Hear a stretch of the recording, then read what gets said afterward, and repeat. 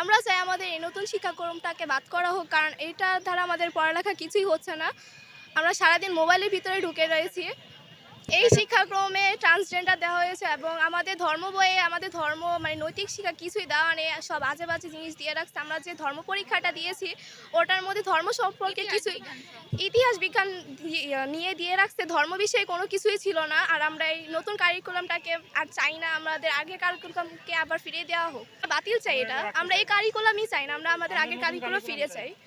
আমাদের তো কোনো পড়ালেখাই নেই, সারাদিন আমাদেরকে ভাত রান্না করে, এগুলো ঠিক না। কারিকুলাম যা শিখো না, এখন নতুন কারিকুলাম তা শিখতেছো তোমরা। এটা খারাপ না, যদিও এটা ঠিক, কারণ এটা মানে একটু সাধারণ জ্ঞানটাকে আর কি বাড়ে, কিন্তু পড়ালেখা যে একবারে নাই করে দিছে এটাও তো ঠিক না। আমরা এক্সাম দিয়ে সব দেখে দেখে লিখি, এটাও তো ঠিক না। আমাদের তো একটা নিজেদের পরিচয় পরবর্তীতে আনতে হবে, এক না এক সময় মুখস্থ জ্ঞানটা একবারে চলে যাচ্ছে একবারে।